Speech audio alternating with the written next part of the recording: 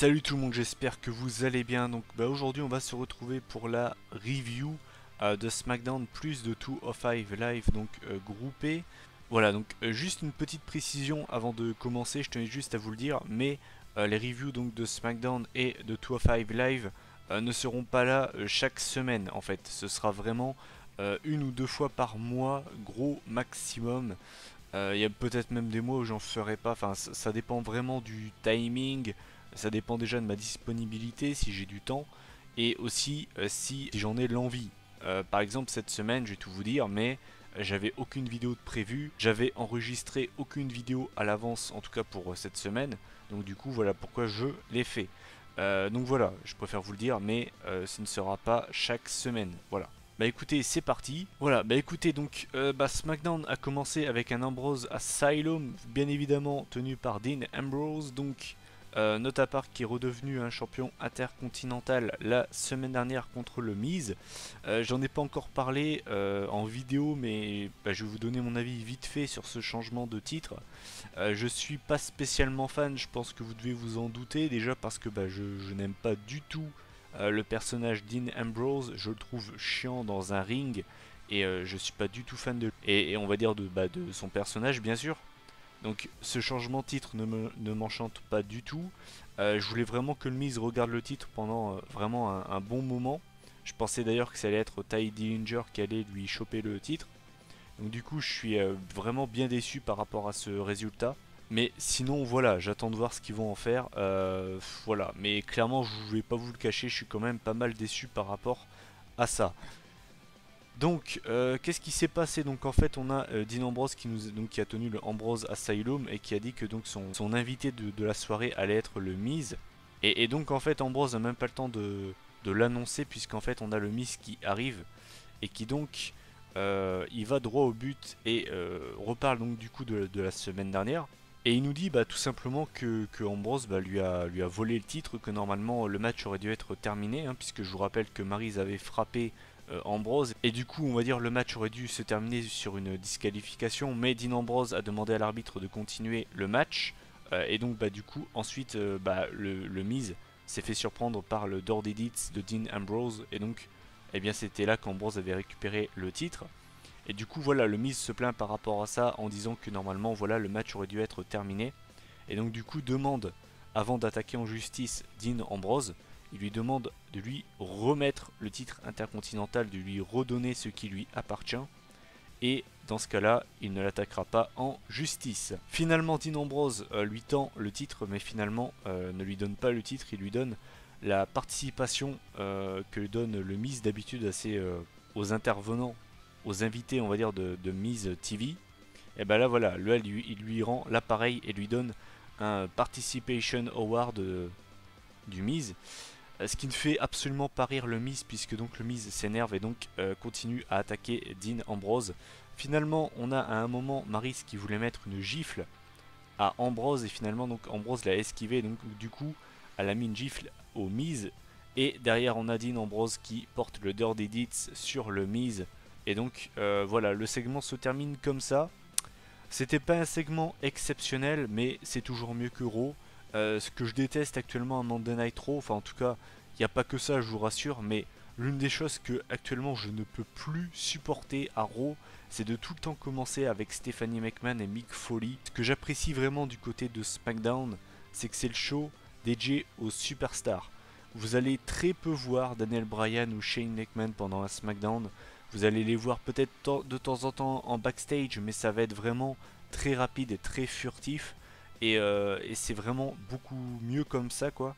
Et là, voilà, la preuve avec cet épisode de SmackDown, on commence avec Dean Ambrose et le Miz, donc voilà.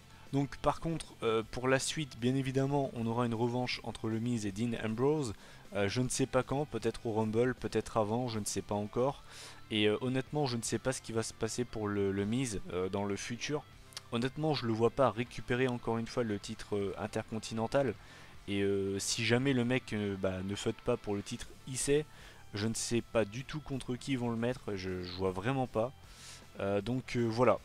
Ensuite, on enchaîne avec normalement le premier match de la soirée, mais finalement, bah, ça n'a jamais été un match. Donc, normalement, c'était Natalya contre Nikki Bella. Notamment, bah, juste avant en fait que les catcheuses ne rentrent sur le ring, en fait, on a Natalya qui a attaqué Nikki Bella en backstage. Et donc, derrière, on a Natalya qui rentre sur le ring. Et derrière, on voit Nikki Bella qui arrive en se tenant bien évidemment la jambe. Et derrière, bah, il n'y a jamais eu de match en fait, puisque donc, bah, du coup, on a eu une brawl entre les deux femmes. Et voilà, donc finalement il n'y a pas eu de match. Note à part, ça va peut-être vous faire rire, hein, mais honnêtement, j'ai plus de hype autour de la rivalité Natalya-Nikki Bella qu'autour de la rivalité entre Charlotte et Bayley.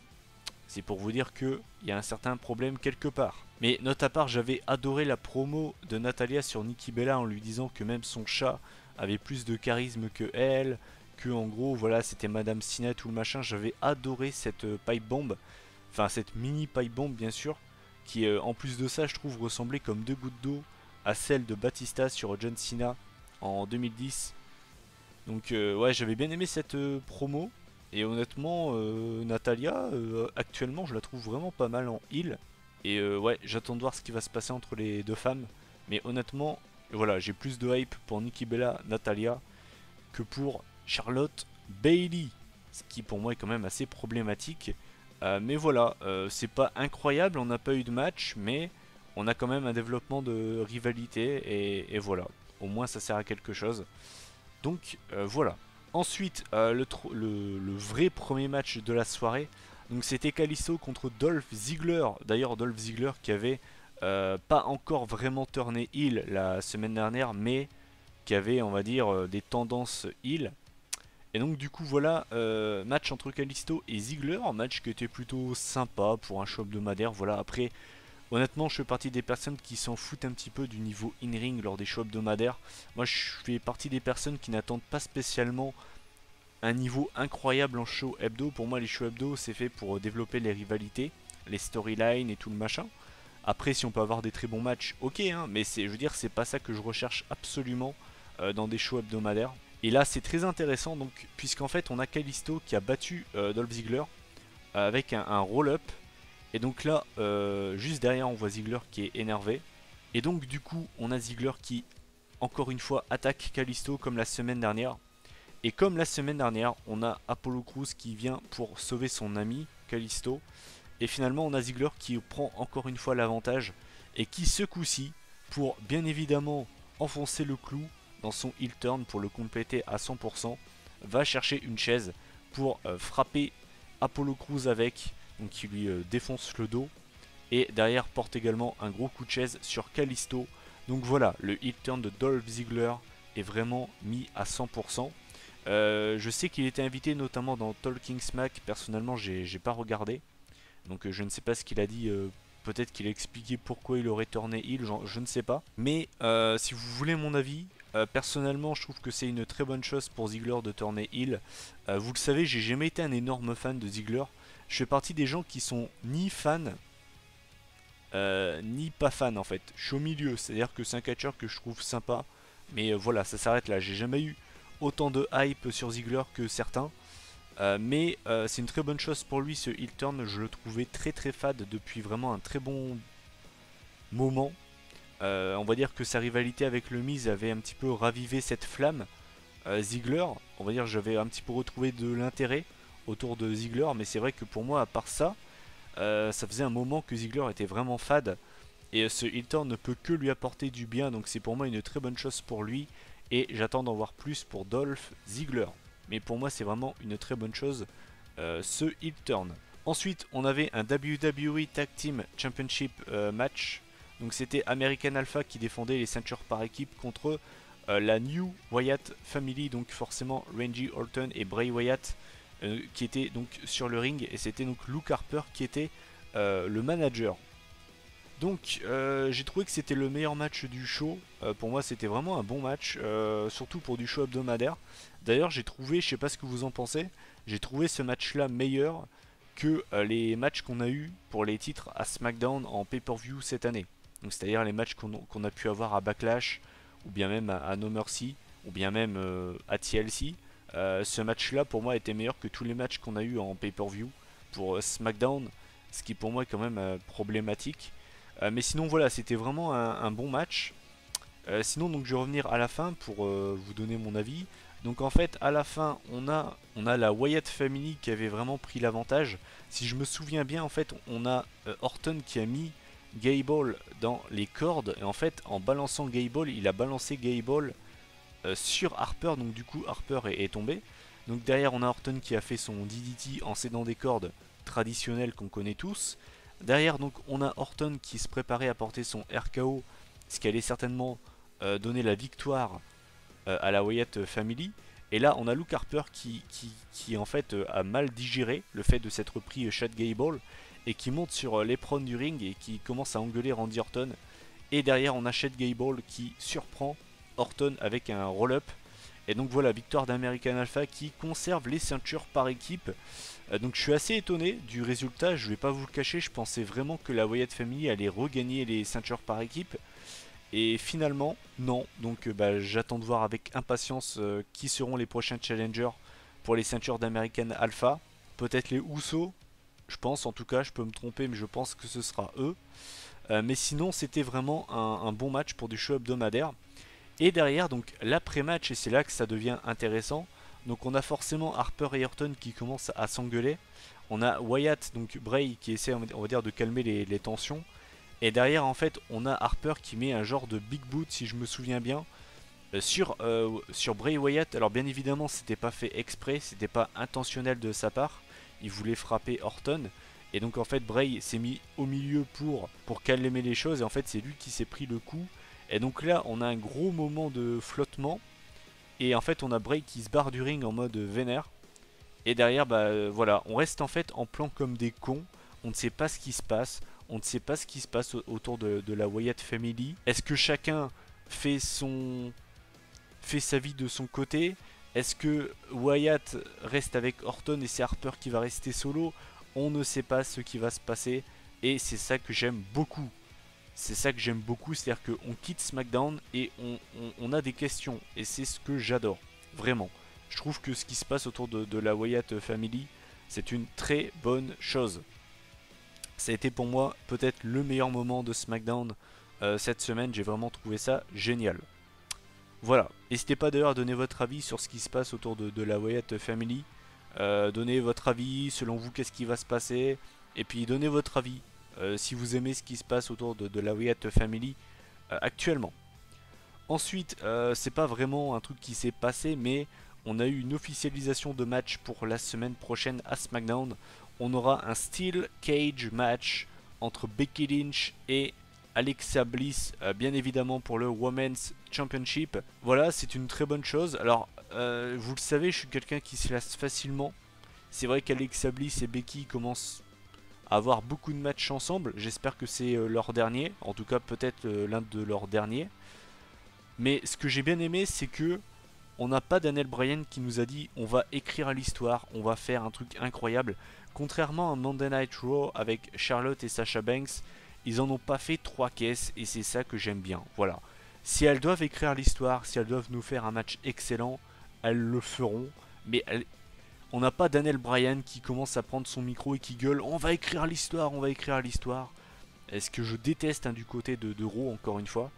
Mais voilà, c'est quand même un gros match qui a été annoncé pour la semaine prochaine du côté de SmackDown. Donc c'est très intéressant et j'ai hâte de voir ce que ça va donner. Ensuite, on va passer à l'avant-dernier match de la soirée déjà. Donc c'était Carmella accompagnée de James Ellsworth. Le couple, Carmel Ellsworth, c'est comme ça qu'il s'appelle. C'est d'ailleurs assez drôle, je trouve. Donc face à une jobbeuse qui s'appelait CG Lund. Alors les gars, j'ai rien contre les jobbeuses, j'ai rien contre ça. Mais alors, c'était qui ça? Genre, les gars, on est d'accord, c'était catastrophique cette jobbeuse. Genre, j'ai honnêtement, pour moi, c'est la version féminine de James Ellsworth, le machin. Elle a totalement botché la prise finale. C'était une catastrophe cette meuf. J'ai l'impression que c'était son premier match de catch, quoi. J'ai l'impression qu'elle faisait un séminaire, quoi. Enfin, mais what, quoi. Je sais pas où ils ont été la chercher, elle, mais c'est incroyable, quoi. J'ai rarement vu une jobbeuse ou bien même un jobber, quoi, en général aussi mauvais. Donc ouais, c'était vraiment très chelou. Finalement au niveau du résultat, bah, c'est pas très surprenant. C'est Carmella donc qui a gagné, qui a fait soumettre CG Lund avec le Code of Silence, donc sa prise de soumission. Et je n'ai rien d'autre à dire. Et enfin le main event de cet épisode de SmackDown Live, c'était Baron Corbin, le Baron Corbin, face à John Cena, qui était quand même un gros main event, l'air de rien. Je veux dire, enfin, forcément quand t'as Cena dans un main event d'un show hebdomadaire, c'est forcément gros, c'est forcément attendu. Sinon, qu'est-ce que j'ai pensé du match en lui-même? Je l'ai vraiment pas trouvé ouf. Après, vous le savez, je suis pas fan du tout de Baron Corbin, même si je ne l'aime pas, mais il faut admettre une chose, son booking depuis la draft est très bon. Ça, on peut pas lui enlever. Sinon, le match en lui-même, enfin, le match, bon, forcément, je l'ai pas trouvé mauvais, mais c'est surtout, on va dire, la fin qui me gêne. C'est-à-dire qu'en fait, à la fin, on a Cena qui sort son 5 Knuckle Shuffle comme d'habitude, enchaîné du Attitude Adjustment pour battre le Baron Corbin. Donc victoire de John Cena. Et c'est pas la victoire de Cena qui me dérange, puisque donc Cena a un match contre Styles au Rumble. Et c'est normal, il faut le crédibiliser, enfin ça me paraît normal. Ce qui me dérange, c'est la construction. C'est-à-dire que Cena a vraiment rien fait. Genre, mais il a absolument rien fait du match, quoi. Le mec s'est fait marcher dessus pendant 10 minutes.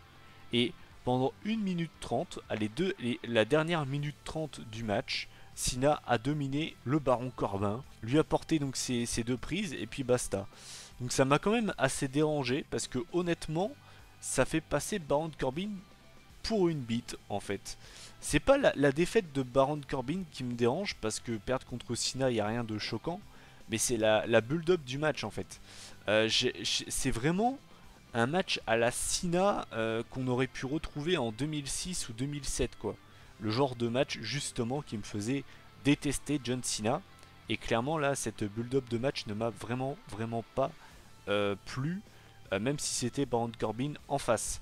Donc voilà, victoire de John Cena pour terminer cet épisode de SmackDown avec AJ Styles et Cena qui se confrontaient.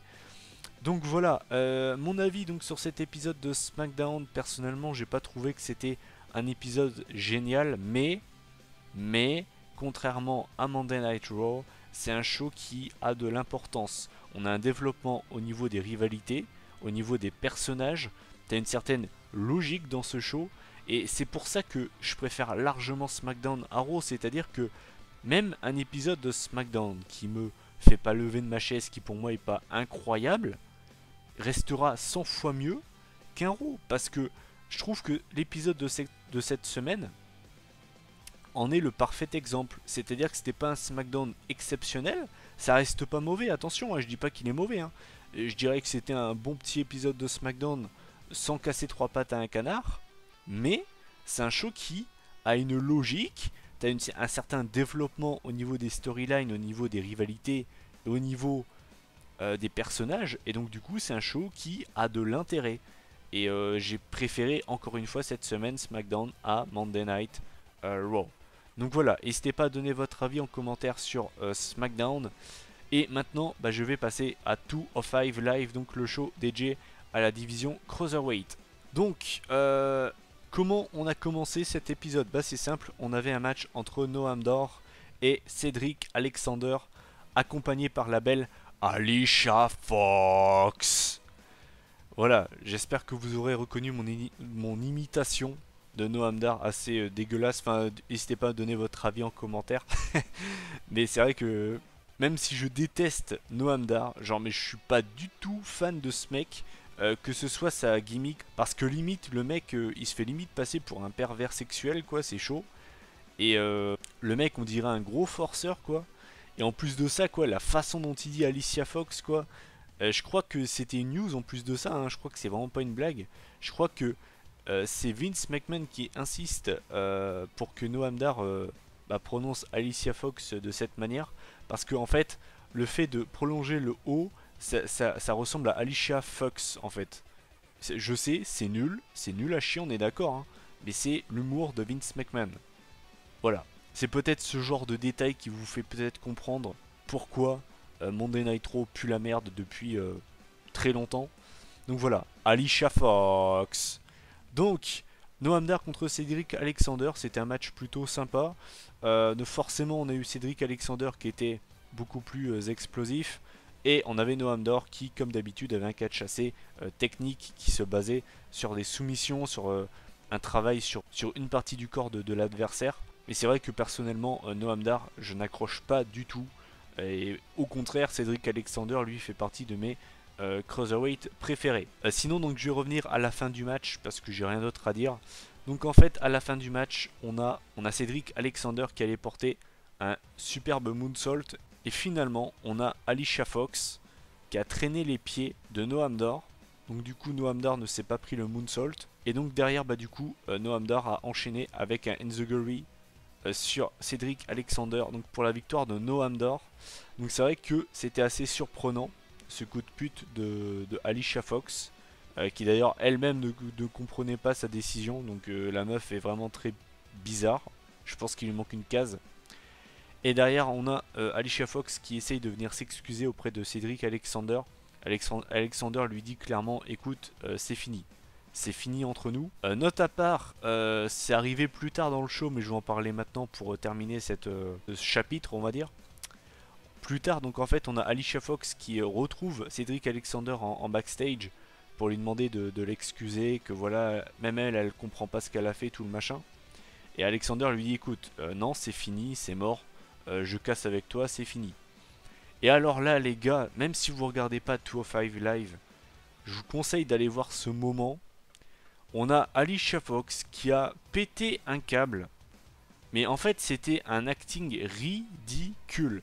C'est-à-dire que la meuf a pété un câble du fait que Cédric Alexander l'ait largué comme une merde. Et en fait, elle n'a pas digéré le fait que ce soit Alexander en fait qui est cassé. Et du coup, on la voyait péter un câble en disant mais non, tu peux pas casser avec moi, tu peux pas casser avec moi. C'était très gênant. Je pense que je vais l'envoyer à Malaise TV. Honnêtement, je pense qu'il y a de grandes chances que ça intéresse Malaise TV. Niveau acting, on est à 0 sur 20. C'était très très mal joué. Mais merci Alicia Fox, parce que grâce à elle, j'ai chopé un énorme fou rire. Vraiment, je vous conseille d'aller voir ce moment, c'était très gênant. Très très mal fait. Ensuite, le deuxième match de la soirée, c'était Brian Kendrick face à Shane Maluta. Donc en fait avant le match on a Brian Kendrick qui a parlé de ce qui s'était passé la semaine dernière. Donc c'est à dire que je sais pas si vous vous souvenez pour ceux qui l'ont vu, mais on avait Tajiri qui avait fait son retour et qui avait fait son mist. Donc en fait il lui avait craché son mist à la gueule. Et donc en fait on a Brian Kendrick qui commence à râler en disant voilà t'es un pote de longue date, je te faisais confiance, je t'ai tendu la main pour te souhaiter bon retour. Et toi, tout ce que tu trouves à faire, c'est me cracher ton mist à la gueule. La semaine dernière, t'as mis 3 minutes à tout casser, à battre Shane Maluta. Il m'en faudra peut-être même pas 30 secondes, en laissant supposer qu'il est meilleur que Tajiri. Et finalement, bah, il a mis beaucoup plus que ça. J'ai pas la durée du match sous les yeux, mais le match a duré beaucoup plus que 30 secondes.